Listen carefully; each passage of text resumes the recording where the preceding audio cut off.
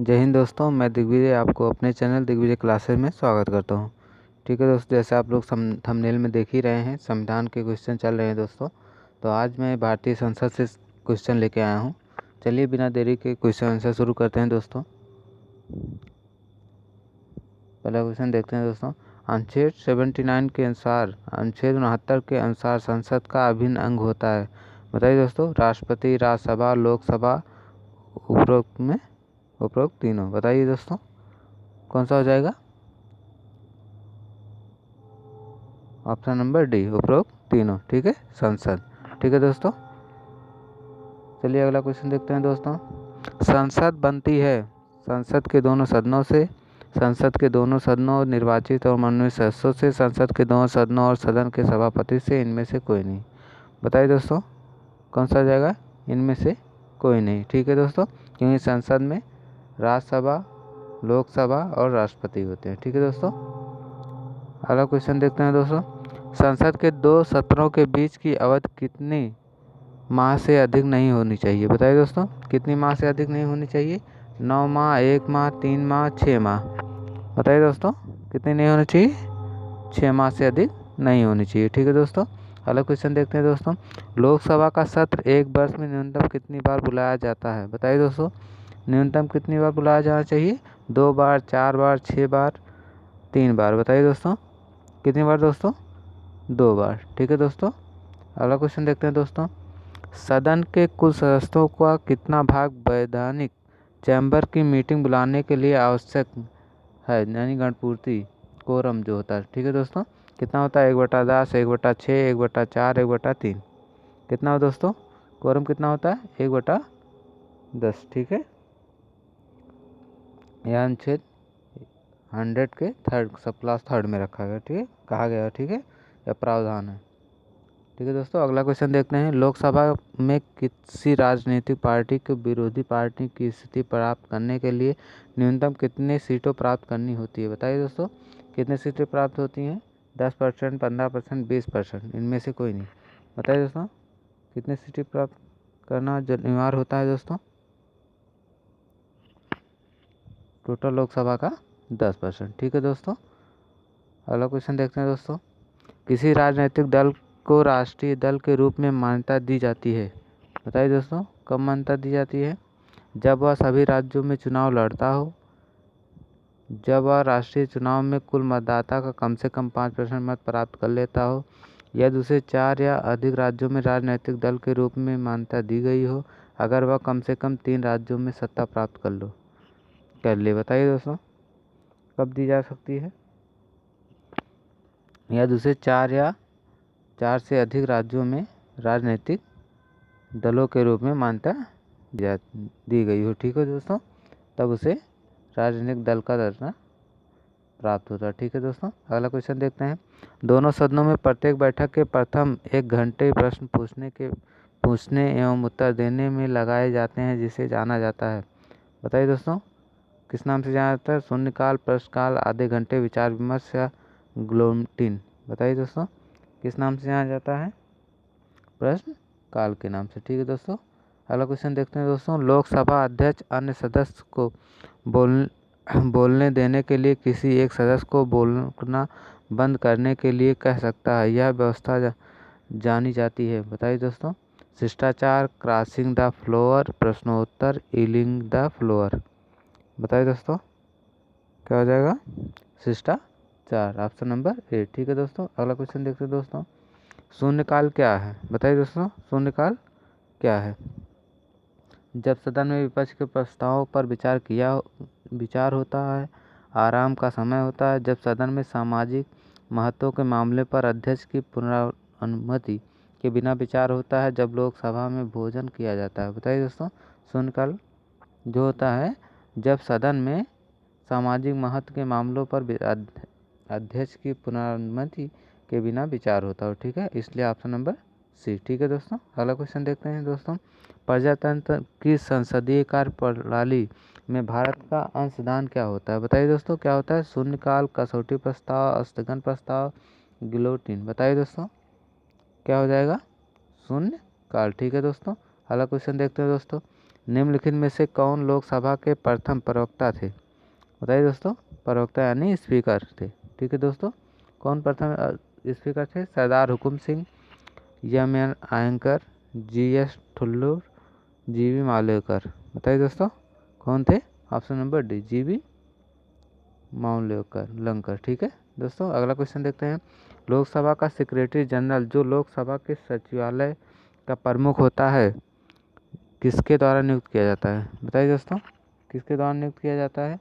राष्ट्रपति द्वारा, प्रधानमंत्री द्वारा, स्पीकर द्वारा, स्पीकर से विचार विमर्श के बाद संसदीय मामलों के मंत्री द्वारा। बताइए दोस्तों किसके द्वारा होता है? स्पीकर द्वारा। ठीक है दोस्तों। Option number C. अगला क्वेश्चन देखते हैं दोस्तों। भारत की संचित नीति पर निम्नलिखित में से कौन सा व्यय लगाया जाता है? बताइए दोस्तों कौन सा व्यय लगाया जाता है? लोकसभा के चेयरमैन के भत्ते, लोन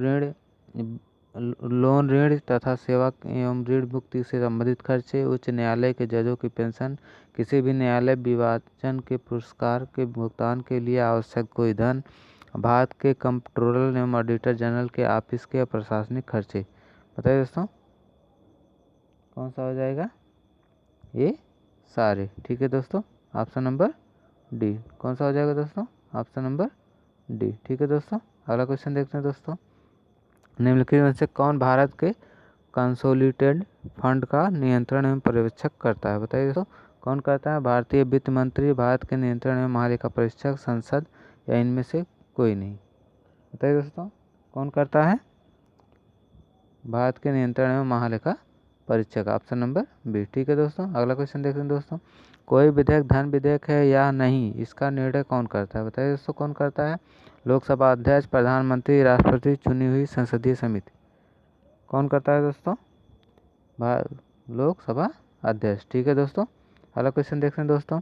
बजट पहले किसके द्वारा पारित किया जाता था? बताइए दोस्तों किसके द्वारा पारित किया जाता था? लोकसभा, राज्यसभा, उपयुक्त में से किसी के भी द्वारा, उपयुक्त में से किसी के द्वारा नहीं। बताइए दोस्तों किसके द्वारा दोस्तों? लोकसभा द्वारा। ठीक है दोस्तों। अगला क्वेश्चन देखते हैं दोस्तों। जब ना तो लोकसभा के अध्यक्ष और ना ही उपाध्यक्ष उपलब्ध हों तो ऐसी स्थिति में लोकसभा की अध्यक्षता कौन करता है? बताइए दोस्तों कौन करता है? लोकसभा अध्यक्ष द्वारा चुने गए पीठासीन अधिकारियों के पैनल का कोई सदस्य, राष्ट्रपति द्वारा मनोनीत सदस्य, लोकसभा का वरिष्ठतम सदस्य, केंद्रीय संसदीय कार्य मंत्री। बताइए दोस्तों कौन करता है? लोकसभा अध्यक्ष द्वारा चुने गए पीठासीन अधिकारियों के पैनल का कोई सदस्य। ठीक है दोस्तों। Option number A. ठीक है दोस्तों। अगला क्वेश्चन देखते हैं दोस्तों। लोकसभा के निर्वाचन के लिए न्यूनतम आयु। बताइए दोस्तों लोकसभा के निर्वाचन के लिए न्यूनतम आयु कितनी होती है? 30 वर्ष, 35 वर्ष, 21 वर्ष, 25 वर्ष। कितना होता है दोस्तों? 25 वर्ष। ठीक है। लोकसभा का चुनाव लड़ने के लिए उम्र 25 वर्ष होना चाहिए। ठीक है दोस्तों। अगला क्वेश्चन देखते हैं दोस्तों। लोकसभा की अधिकतम सीटें हैं। बताइए दोस्तों अधिकतम सीटें कितनी सीटें हैं? 540, 552, 520, 525। बताइए दोस्तों कितने सीटें? 552। लेकिन 104वें संविधान संशोधन से एंग्लो इंडियन का जो 2 सीट मनोनीत किया जाता था वो 10 सालों के लिए बंद कर दिया गया। ठीक है दोस्तों। अब वर्तमान में 550 सीट है। ठीक है दोस्तों। अगला क्वेश्चन देखते हैं। कितने दिनों तक यदि लोकसभा का कोई सदस्य बिना सदन की अनुमति के सदन की बैठकों में अनुपस्थित रहता है तो उसे अयोग्य ठहराया जाएगा? बताइए दोस्तों कितने दिनों तक अगर वो संसद में नहीं आता है बिना बताए हुए तो कब उसको अयोग्य ठहराया जाएगा? 30 दिन, 45 दिन, 60 दिन, 90 दिन। बताइए दोस्तों कितने दिनों बाद? 60 दिनों बाद। ठीक है। अगर 2 महीने तक लगातार एब्सेंट रहता है बिना बताए हुए तो उसे अयोग्य घोषित कर दिया जाएगा। ठीक है दोस्तों। अगला क्वेश्चन देखते हैं दोस्तों। प्रधानमंत्री पद के लिए भारतीय संविधान की निर्धारित अर्हताओं के अनुसार उम्मीदवार की न्यूनतम आयु कितनी होनी चाहिए? बताइए दोस्तों कितनी होनी चाहिए? 25 वर्ष, 30 वर्ष, 35 वर्ष, 18 वर्ष। कितनी होनी चाहिए दोस्तों? 25 वर्ष। Option number A. ठीक है दोस्तों। अगला क्वेश्चन देखते हैं दोस्तों। 81 वर्ष की आयु में भारत के प्रधानमंत्री बनने वाले व्यक्ति। बताइए दोस्तों 81 वर्ष की आयु में कौन प्रधानमंत्री बने थे? देवेगौड़ा, चरण सिंह, नरसिम्हा राव, मोरारजी देसाई। बताइए दोस्तों कौन बने थे? मोरारजी देसाई। ठीक है दोस्तों, अगला क्वेश्चन देखते हैं दोस्तों। लगातार 2 बार निर्वाचित निम्नलिखित में से भारत के प्रधानमंत्री बताइए दोस्तों। इनमें से लगातार 2 बार कौन निर्वाचित हुए? जवाहरलाल नेहरू, मोरारजी देसाई, बीपी सिंह या पीवी नरसिम्हा राव। बताइए दोस्तों, कौन लगातार चुने गए हैं? इनमें से जवाहरलाल नेहरू। ठीक है दोस्तों, अगला क्वेश्चन देखते हैं दोस्तों। प्रधानमंत्री बताइए दोस्तों। प्रधानमंत्री राष्ट्रपति द्वारा मनोनीत किया जाता है, राज्यों के मुख्यमंत्रियों के द्वारा चुना जाता है, लोकसभा के बहुमत प्राप्त दल का नेता होता है, चुनाव नहीं होता है या वंशागत पद होता है। बताइए दोस्तों, ये वंशागत पद तो नहीं होता। ठीक है दोस्तों, तो इसमें क्या होता है? लोकसभा के बहुमत से प्राप्त दल का नेता होता है प्रधानमंत्री। ठीक है दोस्तों, ऑप्शन नंबर सी। ठीक है दोस्तों, अगला क्वेश्चन देखते हैं। प्रधानमंत्री कैसे बनाया जाता है? बताइए दोस्तों, कैसे बनाया जाता है? निर्वाचन के द्वारा, मनोनयन के द्वारा, नियुक्ति के द्वारा, भर्ती के द्वारा। बताइए दोस्तों, कैसे बनाया जाता है? नियुक्ति के द्वारा। ठीक है दोस्तों, ऑप्शन नंबर सी। ठीक है दोस्तों, अगला क्वेश्चन देखते हैं दोस्तों। भारत के प्रधानमंत्री कार्यालय बताइए दोस्तों। भारत का प्रधानमंत्री कार्यालय का निर्माण संविधान के द्वारा किया गया एक अतिरिक्त संवैधानिक उपज है कि प्रधानमंत्री कार्यालय की निर्मित संसदीय कानून बनाकर की गई या उपरोक्त सभी का संयोजन है। बताइए दोस्तों, इसमें क्या हो जाएगा? प्रधानमंत्री कार्यालय की निर्मित संसदीय कानून बनाकर की गई। ठीक है दोस्तों, ऑप्शन नंबर सी। ठीक है दोस्तों, अगला क्वेश्चन देखते हैं दोस्तों। अगर प्रधानमंत्री ऊपरी सदन का सदस्य होगा तो क्या होगा?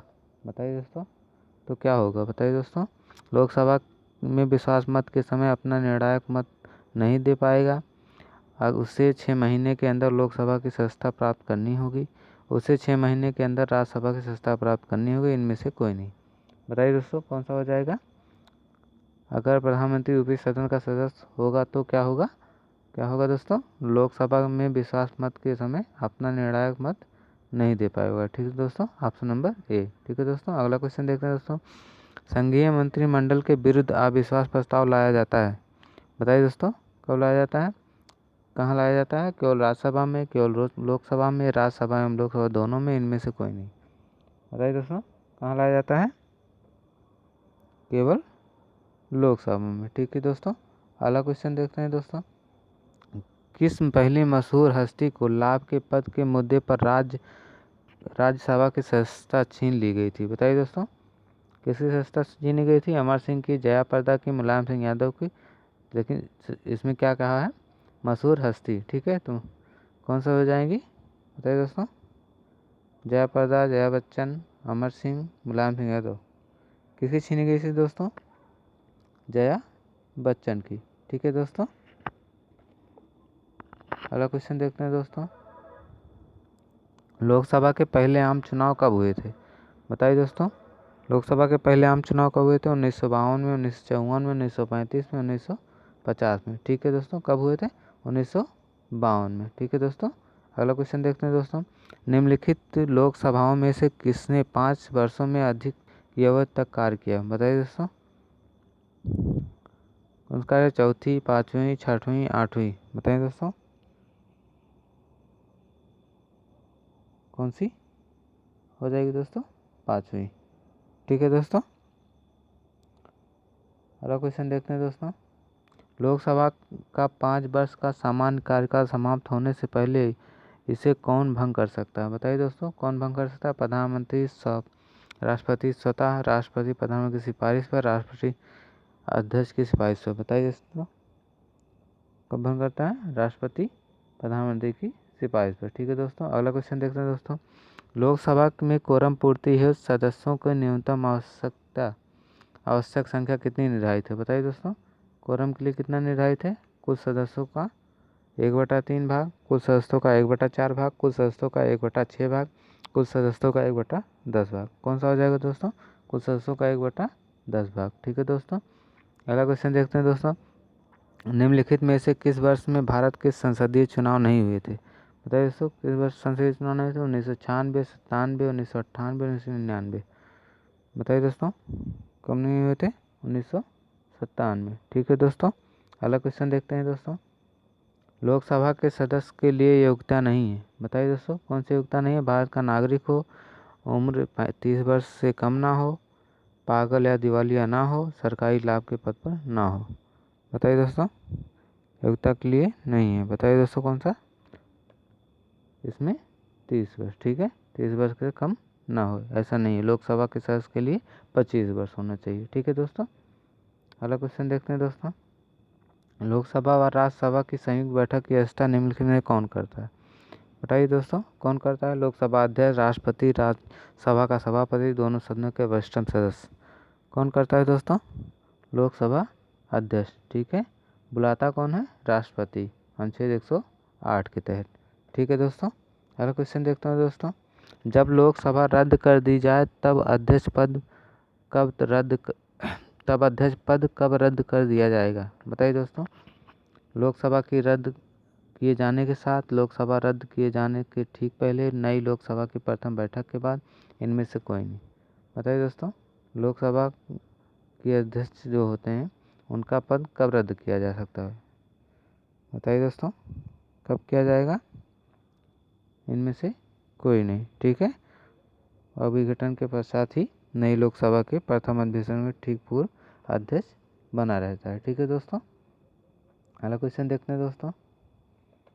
भारतीय संसद में लोकसभा अध्यक्ष की नियुक्ति किसके द्वारा होती है। बताइए दोस्तों किसके द्वारा होती है। राष्ट्रपति द्वारा, सर्वोच्च न्यायालय द्वारा, राज्यसभा एवं लोकसभा के संयुक्त बहुमत से, लोकसभा सदस्यों द्वारा। बताइए दोस्तों किसके द्वारा। लोकसभा सदस्यों द्वारा, ठीक है दोस्तों। अगला क्वेश्चन देखते हैं दोस्तों। चलिए दोस्तों आज के लिए इतना ही, ठीक है। अभी दोस्तों इसमें भारतीय संसद में अभी और क्वेश्चन है, इसको हम कल लेके आएंगे, ठीक है दोस्तों। और अगर हमारा सेशन अच्छा लगा हो तो लाइक करें, शेयर करें, सब्सक्राइब करें, ठीक है दोस्तों। और कमेंट में ज़रूर बताएं, ठीक है दोस्तों। जय हिंद।